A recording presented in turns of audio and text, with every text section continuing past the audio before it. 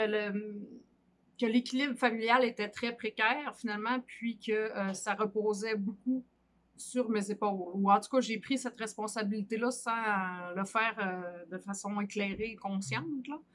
Donc, je m'organisais pour faire ce que je pensais que les autres attendaient de moi.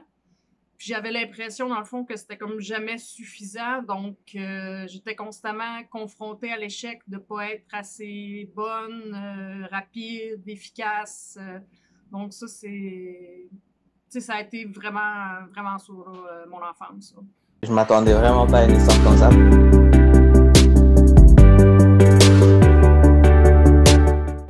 Yes! Clap! Bonjour Katia. Bonjour! Bienvenue sur Harmony Stories. Je me présente Aboubakr. Nous sommes très contents de te recevoir sur ce podcast. Première fois qu'on est reçu au Canada. Donc merci pour d'avoir accepté notre invitation. Une histoire que je connais un peu en te suivant sur les réseaux sociaux, mais j'aimerais bien qu'on élabore et qu'on ait aussi ton point de vue, tes leçons, tout ce que tu as pu traverser, parce que on en retient quelqu'un de très fort mentalement et que de tout ce que tu as traversé, on pourra y revenir. Mais avant d'y arriver, peux-tu te présenter aux personnes qui nous regardent et nous écoutent? Oui, ben premièrement, merci de l'invitation. Puis ça me fait plaisir là, de partager mon histoire, mon vécu avec d'autres. Oui, ben si je me présente, mon nom c'est Katia Bissonnette, j'ai 34 ans, j'habite au Saguenay, c'est une région au Québec depuis un peu plus de 10 ans. Donc, je me suis promenée beaucoup dans ma vie, mais là, ça fait quand même une bonne dizaine d'années que je suis à la même place. Donc, c'est plus stable ce côté-là. Commence toujours par une question un peu décalée de l'histoire de la personne, mais qui est quand même en raccord.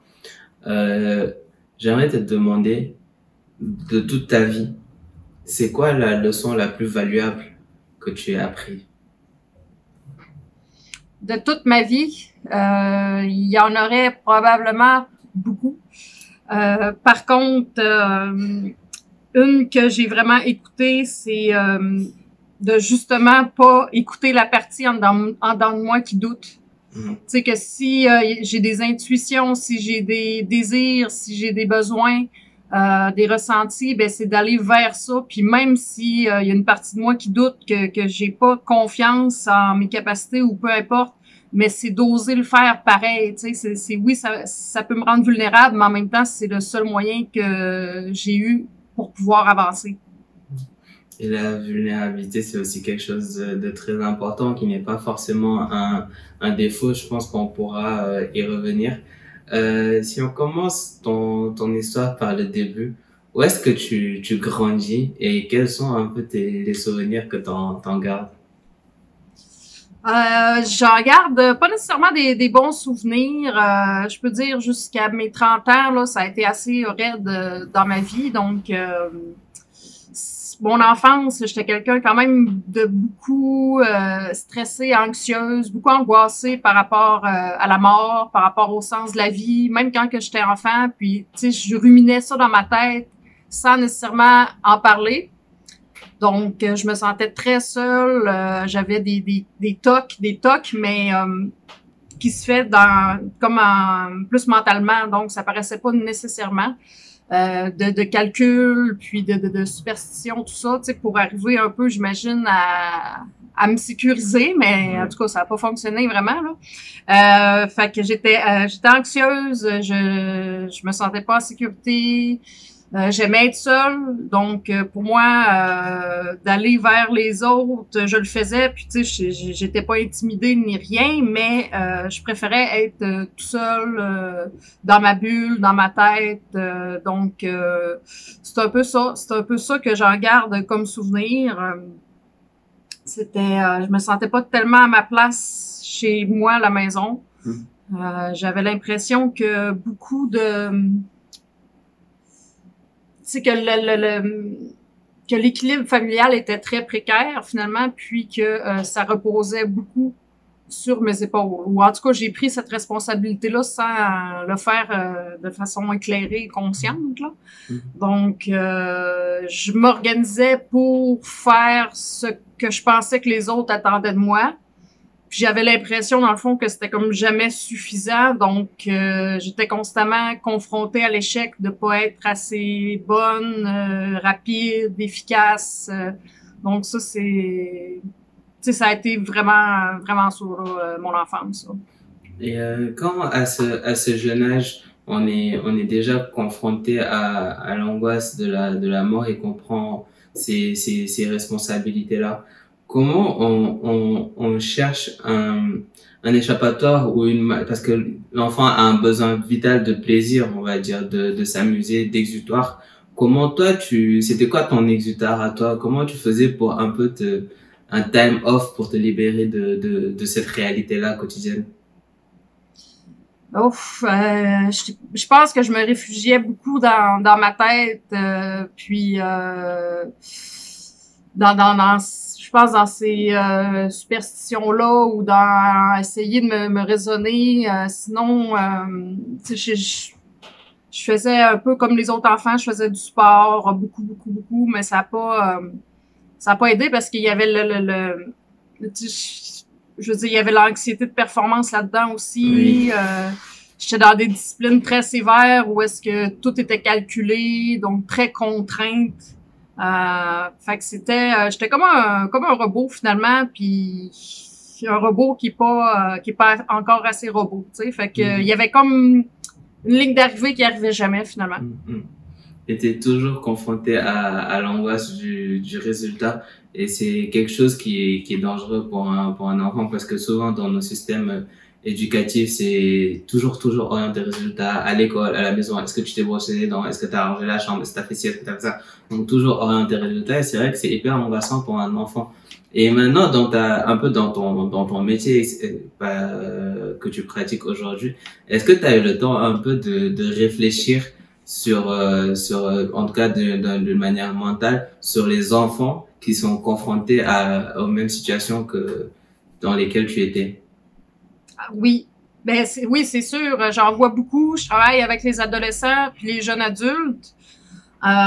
Puis ça me permet de voir ce qui me serait arrivé si, à un moment donné dans ma vie, je me serais pas révoltée. Tu sais, c'est comme, tu peux réagir en te soumettant, mais à un moment donné, tu peux aussi passer l'autre côté puis te révolter. Fait que moi, à un moment donné, ça l'a fait, mais je vois des gens que ça le fait pas ou qui sont dans l'adolescence puis qui sont encore soumis. Puis je trouve ça extrêmement triste parce que ces personnes-là s'individualisent pas. Il faut que je fasse ça. Ça vient même pas de leur intérieur. Il faut que je fasse ci. Ma mère m'a dit de faire ça. Je vais prendre les cours les plus difficiles tout d'un coup que je veux faire ça plus tard. Tu sais, au lieu de, écoute, tu sais, arrange-toi pour être bien avec toi-même. Puis tranquillement, tu sais, tu peux évoluer. Puis en te connaissant, choisir des choses qui font du sens. Mais là, les gens, là, les choix qu'ils font, c'est tout le temps par rapport au fait de faut être performant, faut que ça soit parfait, faut que je sois meilleur que les autres, puis je veux absolument pas décevoir mes parents. Fait que ça contraint là, épouvantable. Là. Mais quand ça m'inspire une question en deux parties, c'est une même situation mais il y a deux visions. La première c'est quel est ton discours du coup à un enfant qui est confronté à ça pour lui, comment tu arrives à lui faire passer le message de il faut que tu t'écoutes? Parce que c'est quelque chose que même des adultes n'arrivent pas à saisir cette nuance-là de savoir s'écouter. Comment on instaure ce message-là chez un enfant? Moi, je travaille avec les ados, les enfants. Je trouverais ça difficile parce que justement, c'est des êtres tu sais, vulnérables, faut en prendre soin. Puis de voir ça chez les enfants, je pense que je serais trop sensible.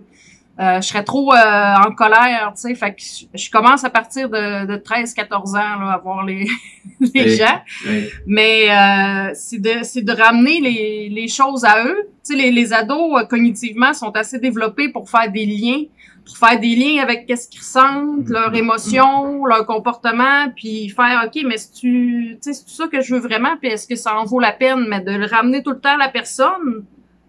C'est qu'à un moment donné, ça prend son sens, puis la personne peut s'affirmer tranquillement auprès de ses parents, puis dire, ben écoute, je comprends que vous voulez mon bien, mais moi, même, mettons, si je suis bonne en mathématiques, c'est pas nécessairement ça, qui m'intéresse, mais ça reste une option, mais j'aimerais mieux aller en musique, par exemple. Mhm. Et la deuxième partie, du coup, de cette question, c'est côté parent.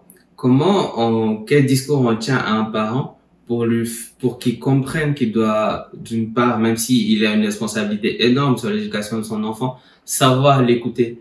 Parce que faut pas non plus vivre sa vie et ses peurs et ses rêves au travers de son enfant, parce que c'est là où ça devient pervers et dangereux.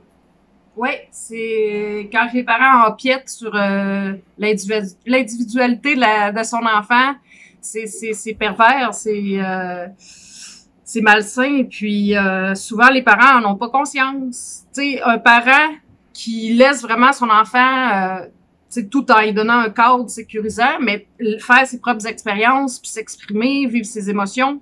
Tu sais, il y en a pas beaucoup. Mais c'est vraiment vers ça qu'il faut tendre. Puis les parents, souvent, ça va ils vont comme prendre ça comme une attaque, tu sais, que l'enfant prenne une voix qui est différente de la leur ou perçoive la vie d'une façon différente. Mais, tu sais, c'est en même temps, c'est ça la vie, là. C'est Ça change, ça avance.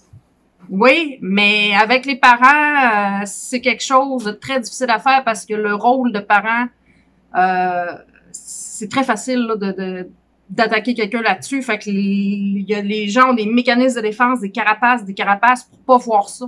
Donc, ça devient quand même compliqué des fois à manœuvrer, mais c'est possible que les parents prennent conscience puis qu'ils adoptent des nouveaux comportements. Puis habituellement, ils se sentent mieux, puis leurs enfants aussi, tu sais.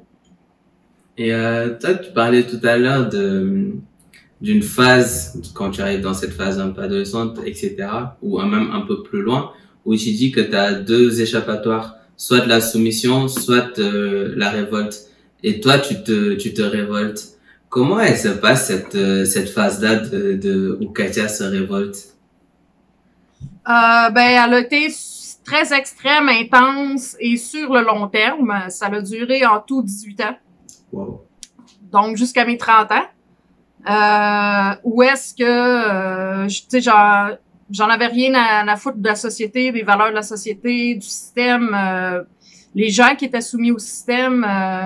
Donc, tu sais, je me suis vraiment comme mis à l'écart. Puis, à un moment donné, ben, tu sais, quand les ponts sont brisés puis que mon identité s'est construite là-dedans, c'était difficile de revenir... tu sais, même encore actuellement, je suis pas dans un cadre, tu sais, je suis travailleur autonome, puis parce que sinon, j'ai eu de la misère, là, beaucoup avec mes études, parce que j'étais tout le temps pas correct, j'étais tout le temps pas assez, comme ils veulent, comme un peu l'enfance qui se rejoue. Mais, fait que, tu sais, c'est très difficile, fait que cette révolte-là, elle a eu un coup. Parce que elle m'a amené dans les comportements autodestructeurs beaucoup. Beaucoup d'automutilation, beaucoup de toxicomanie, alcoolisme, tu sais, tentative de suicide. Donc, j'ai baigné là-dedans pendant 18 ans de temps. Et puis, à un moment donné, je veux dire, quasiment du début à la fin, j'avais pas espoir qu'un jour ça change.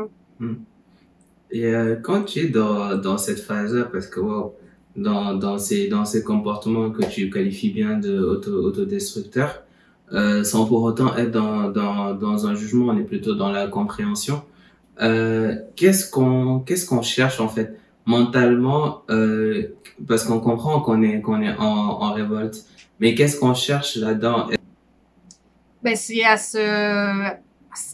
se libérer de l'emprise de la soumission finalement.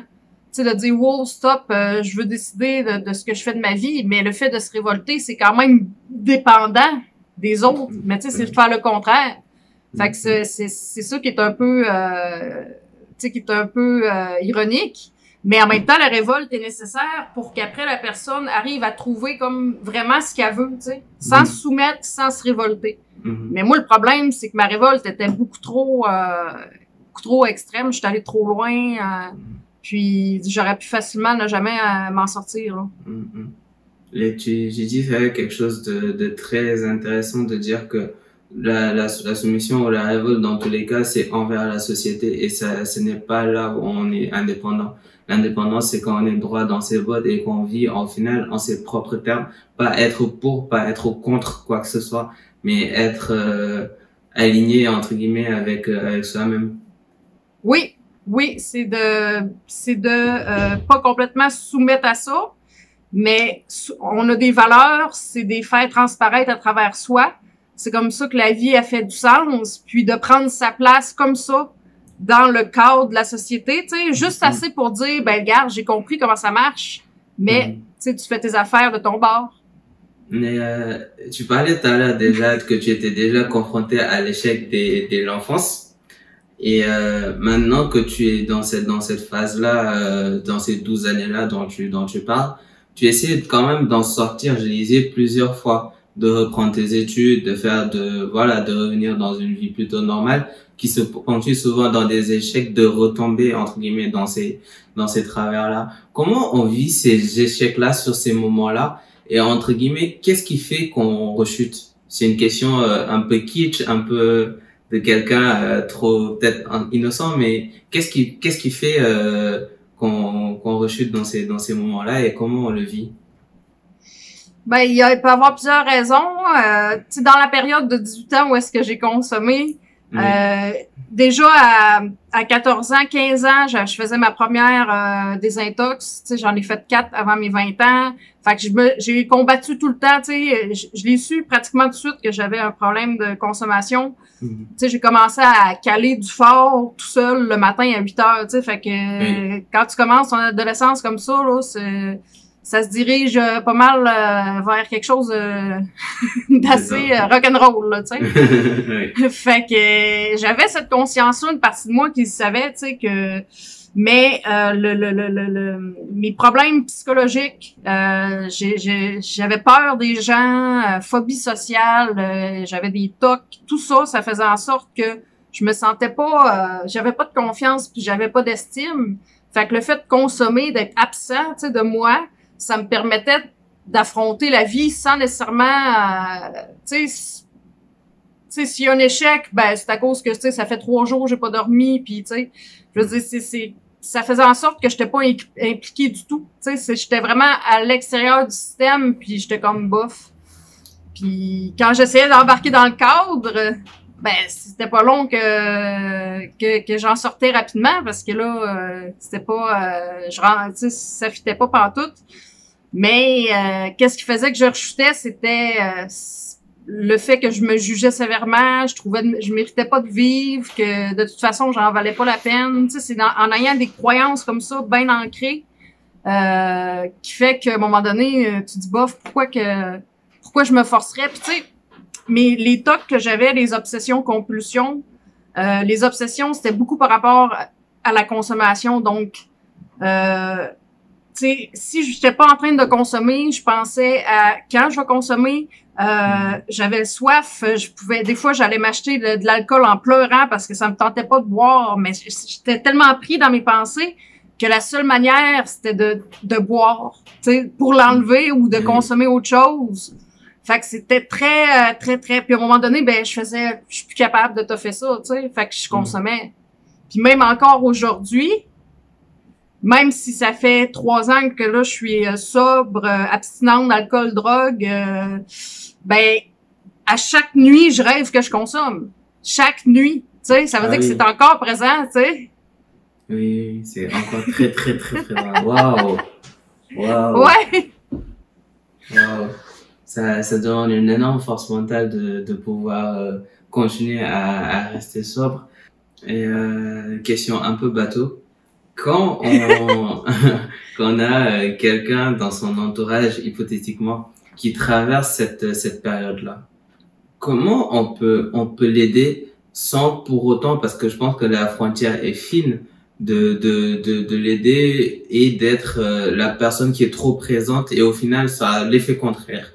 Comment on peut se comporter avec un proche, une connaissance, un ami qui traverse cette phase-là dans un but de pouvoir l'aider à s'en sortir? Ouais, c'est de pas tomber dans les pièges de la codépendance qu'on appelle. Dans le fait que de vouloir l'aider, ça le maintient dans sa consommation. Donc, ça lui permet de continuer. Puis là, le rôle de sauveur, ben peu à peu, la personne elle devient comme de sauveur à victime. Puis en tout cas, il y a tous des enjeux comme ça. Oui. C'est très présent par rapport à des parents envers leur enfant qui consomment. Mais ce qui est le mieux, c'est si c'est vraiment comme un proche, c'est d'aller chercher de l'aide pour savoir comment accompagner cette personne-là, pas l'aider, pas la sauver. Puis tant que la personne ne veut pas s'aider elle-même, personne a le contrôle sur la consommation d'une autre personne parce que elle-même n'a pas le contrôle. Fait que c'est impossible de l'avoir sur ça, c'est les pièges. Fait que c'est de fournir les outils à la personne, d'aller s'en chercher, puis tu sais, il y a pas tant grand-chose à faire que ça. Dernière tentative de te sortir de cet engrenage-là, où tu réussis cette fois-ci. On a parlé d'échec tout à l'heure. Maintenant, tu réussis. C'est quoi ton mindset à cette phase-là où qui te garde, en fait, au-dessus de tout ça et qui te permet jusqu'à aujourd'hui d'avancer? C'est qu'à un moment donné, tu sais, j'avais réussi à m'accrocher à l'école, puis tu sais, pour faire une histoire courte, après 4 tentatives, tu sais, finalement, j'ai découvert que j'avais une passion pour la psychologie. Surtout parce que je comprenais rien vraiment au monde. Puis là, tu sais, j'étais comme surtout la psychologie sociale. Là, tu sais, pour moi, c'était tu sais, des réponses, comment ça fonctionne. Puis en tout cas, puis à un moment donné, ben tu sais, j'avais rien pendant toutes mes études qui ont quand même duré pendant 10 ans à l'université. Fait que tu sais, je vivais vraiment sous le seuil de la pauvreté. Puis tu sais, mon argent, j'apprenais pour consommer. Fait que ça a été rushant tout le long là. Puis, tu sais, j'avais beaucoup de conflits avec les gens. Puis, tu sais, à un moment donné, j'ai été mis dehors du doctorat parce que, tu sais, j'avais des mauvais comportements, comme si j'étais vraiment un enfant. C'était le bordel, mais tu sais, c'est que j'étais tout le temps en mode survie. Survie, un jour à la fois. Tu sais, je déménageais tout le temps. C'était l'instabilité totale. Puis, à un moment donné, j'ai commencé à travailler à une place en tant que doctorante en psychologie. Donc, je finissais mon doctorat, puis avec un permis temporaire, je pouvais comme faire le travail d'un psychologue, tout en étant supervisé. Puis quand j'ai commencé à faire ça, là, ben, le directeur de la place, tu sais, il savait, là, que j'étais quelqu'un qui consommait, puis tout ça, puis tu sais, il m'en laissait passer, mais à un moment donné, tu sais, il me dit, écoute, j'aurais pas le choix, là, si tu te soignes pas, tu sais, de te renvoyer, là, tu sais. Mais, fait que là, ça m'a fait prendre conscience que j'avais quelque chose à perdre. Ce que j'avais jamais eu. Je me suis dit, j'ai tout fait ça, cette survie-là, pour, là, avoir ça. Quelque chose qui a du bon sens. Puis là, tu sais, je le perdrais, là, je me ferais ça, là, vraiment, là, tu sais. Fait que c'est là que j'ai commencé, là, 4 ans, à encore essayer d'arrêter de consommer. Ça a pris j'ai eu quelques rechutes, mais là, ça fait vraiment plus que, tu sais, un bon 3 ans que j'en ai pas eu, puis que, tu sais, ça va bien. Puis aussi, c'est qu'à travers ça, je me suis construit tranquillement une vie que j'ai pas le goût de fuir. Oui. La réalité que j'ai construite, elle me convient parfaitement, c'est au-delà de mes attentes. Puis, tu sais, pourquoi que je serais... c'est dans un autre monde, sur une autre planète, à triper tout seul, non, tu sais. Très, très, très fort ce que tu viens de dire. Déjà, le fait d'avoir quelque chose à perdre qui te motive, mais aussi que tu aies réussi, justement, à construire une vie qui te convienne et que, du coup, maintenant, t'as plus besoin de fuir. C'est très, très, très fort. Et j'avais entendu, je t'avais lu que tu écrivais quelque chose comme, cacher la souffrance, ça produit plus de souffrance. C'est pas la solution, et je trouvais ça très très puissant, et c'est quelque chose qui m'avait énormément inspiré. Il disait que la meilleure place au final dans une tornade, c'est au milieu, sinon ça va dans tous les sens. Donc faut pouvoir affronter ça, et c'est très fort comme phrase d'avoir justement réussi à construire tout ça. Maintenant, nouvelle vie. nouvelle vie dont tu parles là, que tu as réussi à construire, comment elle se passe aujourd'hui ce métier de psychologue, mais aussi de conférencière, on va dire que tu partages beaucoup tes expériences. Comment elle se passe cette vie-là aujourd'hui? Elle se passe de mieux en mieux. De mieux en mieux, tu sais, dans les premiers temps que j'ai arrêté de consommer, puis que tu sais, j'ai été chercher de l'aide, psychologue, travailleur social, bref, tu sais, encore actuellement, j'ai cette aide-là, je m'entoure de bonnes personnes, puis de professionnels, puis, tu sais, faut pas hésiter à le faire. Mais quand j'ai commencé à bien aller, pour moi, c'était, tu sais, j'avais comme, j'avais plus d'obsession. Oui. Puis là, je paniquais parce que j'étais comme, hey, à quoi que je vais penser? Tu sais, j'étais comme libérée de ça, là. J'étais comme, Oui. fait que ça m'a ouvert sur, ben oui, mais aussi un angoisse parce que ça m'était pas arrivé. Je connaissais pas ça. Fait que ça m'a ouvert sur plein de possibilités. Puis l'enthousiasme que j'avais devant ces possibilités-là, ben ça a fait en sorte que j'ai créé quelque chose qui me ressemble vraiment. Tu sais, les repères que j'avais, ben j'y prenais en dedans de moi, puis je me suis dit si ça passe, ça passe, puis si ça fonctionne pas, ben je ferai comme autre chose. Mais faut que ça me ressemble, faut que je veux pas me déguiser pour aller travailler, je veux pas faire à semblant d'être quelqu'un d'autre. Fait que je veux pas être un imposteur, puis parce que là ça faisait longtemps que j'étais tannée de l'être. Fait que je me suis dit, tu sais, je vais m'afficher comme que je suis. Ça passe ou ça casse. J'en ai pas dormi de la nuit, là, tu sais, comme la première fois que ça a sorti dans les médias, là, dans les journaux locaux, surtout au Québec, là. Oui, oui. Mais il y a eu aucun commentaire de négatif. Il y a eu juste du support. Puis à ce moment-là, là, on parle de 2019 avril, là, Oui. à ce moment-là, pour la première fois de ma vie, je me suis sentie acceptée par les autres, reconnue. C'est comme si les gens m'avaient dit « Hey, c'est cool, Katia, on t'accepte comme que t'es, tu sais. » Puis à partir de là, la confiance, l'estime, mon assurance au travail, dans mes projets, là, ça s'est, tu sais, ça s'est, ouais. Skyrocket. C'est très fort parce que voilà, c'est comme une boucle qui se finit. Au final, au début, tu commençais à vouloir sortir de la société. Tu arrives à cette phase-là où toi, tu t'acceptes et ensuite que tu as construit ta vie là comme tu l'aimes. Et maintenant, je vois que la société te dit, mais en fait, on t'accepte nous aussi et que tu trouves vraiment ta place que tu cherchais avant. Je trouve que c'est fort et qu'il a fallu prendre, chacun prend son chemin, évidemment. Et bien heureusement que tu aies pu reboucler cette boucle-là. Et tu parles de quelque chose je vais te poser la question parce que avant, consommer, ça a occupé toutes tes pensées. Tout le temps. C'était quand est-ce que j'ai consommé, une fois que le shot de dopamine j'ai consommé, etc., toutes les réactions qui se passent dans ce corps, ça redescend, et quand est-ce que je vais reconsommer. Et il y a beaucoup de sportifs de haut niveau qui, à la retraite, tombent dans des déboires, etc., ou dépensent tout leur argent, etc., mais qui retrouvent plus cet équilibre-là mental. Parce que avant, toute leur journée, c'était orienté sport. Je m'entraîne, je fais le match, ou etc. Je performe à un certain niveau, je débrief, je me réentraîne. Et quand ça c'est fini, tu parles de cette angoisse-là.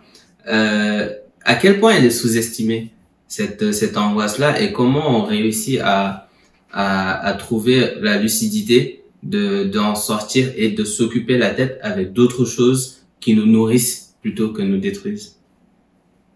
C'est une excellente question. C'est vraiment une bonne question. C'est les meilleures qu'on m'a posées.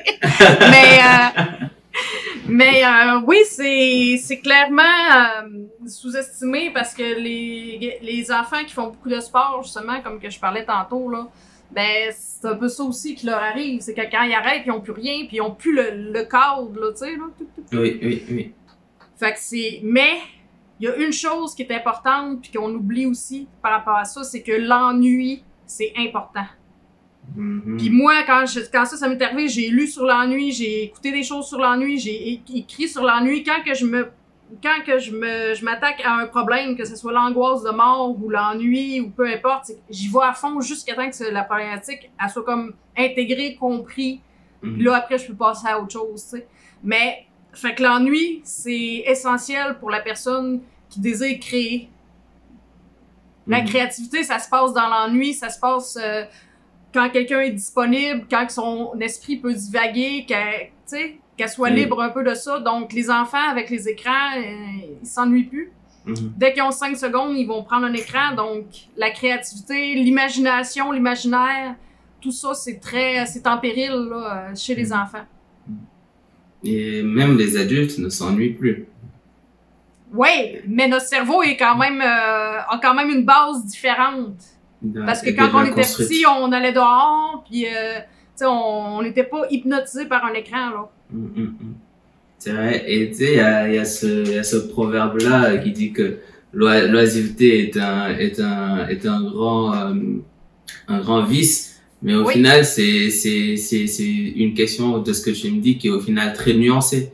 C'est pas que dans l'oisiveté, il faut l'accepter plutôt que d'essayer de la combattre pour essayer de trouver des choses. Et c'est là où on tue certaines choses en nous et qu'au final, on peut aussi faire des mauvaises nuances. Et c'est là, je pense, d'après ce que tu me dis, un peu la partie complémentaire là de cette phrase. Et à quel point parce que, question encore bateau, hein, mais on va dire que faut pouvoir accepter l'ennui. Et comment on fait pour ne pas tomber dans un relâchement total qui finira par nous nuire, où on est au final pas du tout productif? Ben, ça prend quelque chose qui est quand même équilibré. Tu sais, si dans une journée, on est 70% actif, 30% passif, c'est quand même bien, là. Tu sais, c'est bon, là, parce que ça prend des moments où est-ce que on s'assoit. Moi, au départ, qu'est-ce que j'ai fait, c'est que je faisais 15 minutes sans rien faire. Au début, c'était super angoissant, mais aujourd'hui, là, je suis pas obligée de le planifier, là, j'ai le goût de le faire. Tu sais, là, il s'est passé beaucoup de choses. OK, je vais prendre un temps, puis c'est pas d'écran, pas de livre, mais c'est juste comme ça, puis l'esprit, elle se divague. Puis c'est là que mes idées souvent arrivent. Très, très, très important. Quand on a déjà parlé de ton passé, de ton présent qui est en train de se dérouler avec quand même c'était les challenges de tous les jours, hein, on va pas se le cacher parce que on parlait tout à l'heure que de tes rêves quasi journaliers. Comment tu vois ton futur, ton avenir? C'est quoi tes ambitions et tes projets? Je sais pas ce que je veux faire, mais je sais ce que je veux pas. Très important. Oui, c'est la base. Puis, ce que je veux pas, moi, c'est...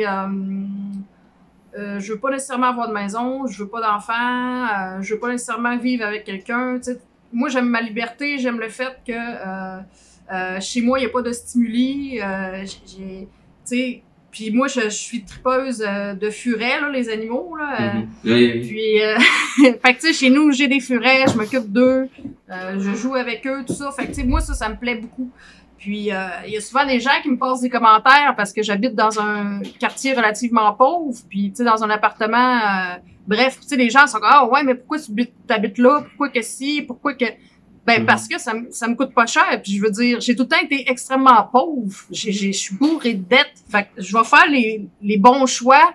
Puis je veux pas vivre sur mes cartes de crédit, tu sais. Je veux avoir une bonne santé financière, comme une bonne santé mentale, une bonne santé physique. Fait que tu sais, je veux, c'est ça moi mon but. Puis je me projette pas loin parce que je l'ai jamais fait. J'ai tout le temps été dans survie.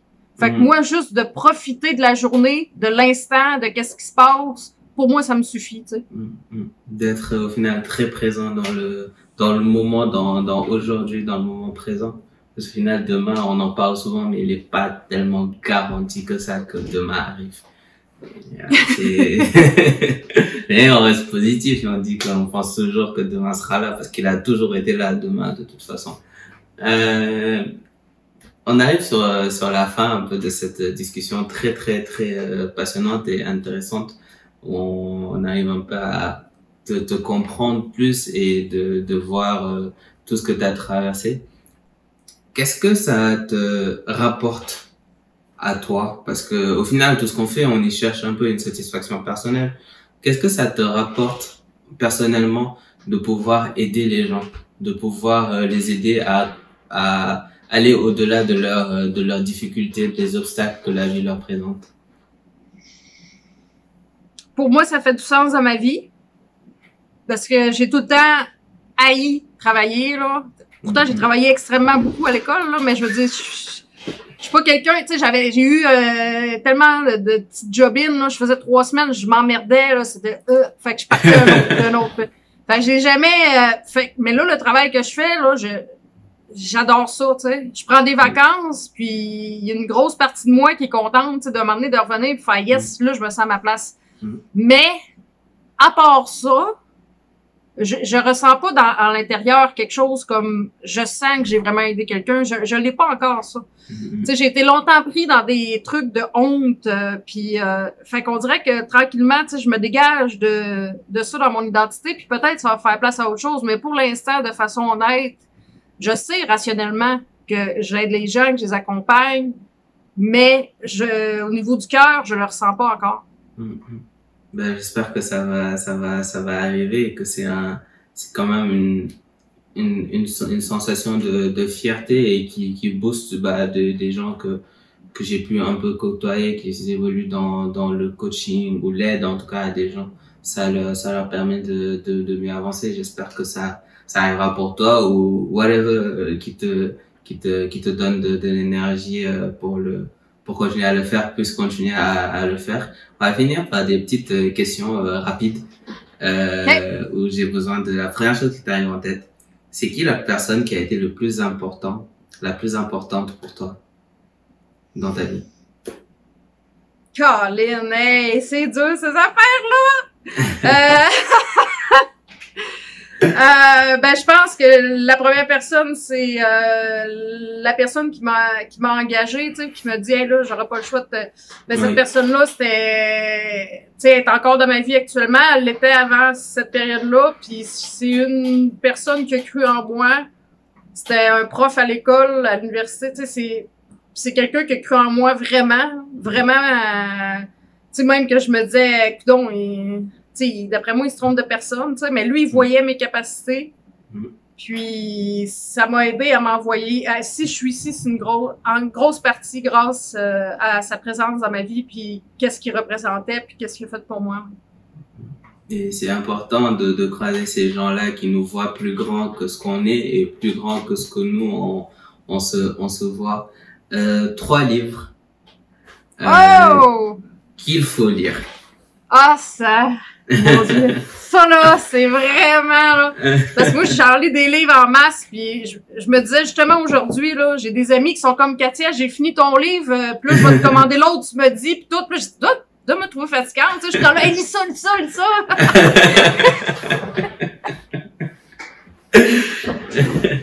Mais, dans les derniers temps, disons ça comme ça. Ben, le livre extra, c'est le livre de Viktor Frankl, Découvrir un sens à sa vie avec la logothérapie. C'est l'histoire d'un psychiatre, Viktor Frankl, qui a fait les camps de concentration comme déporté, mais il était psychiatre, fait qu'il a fait une analyse de ça, puis il a basé une théorie là-dessus, qui est la logothérapie.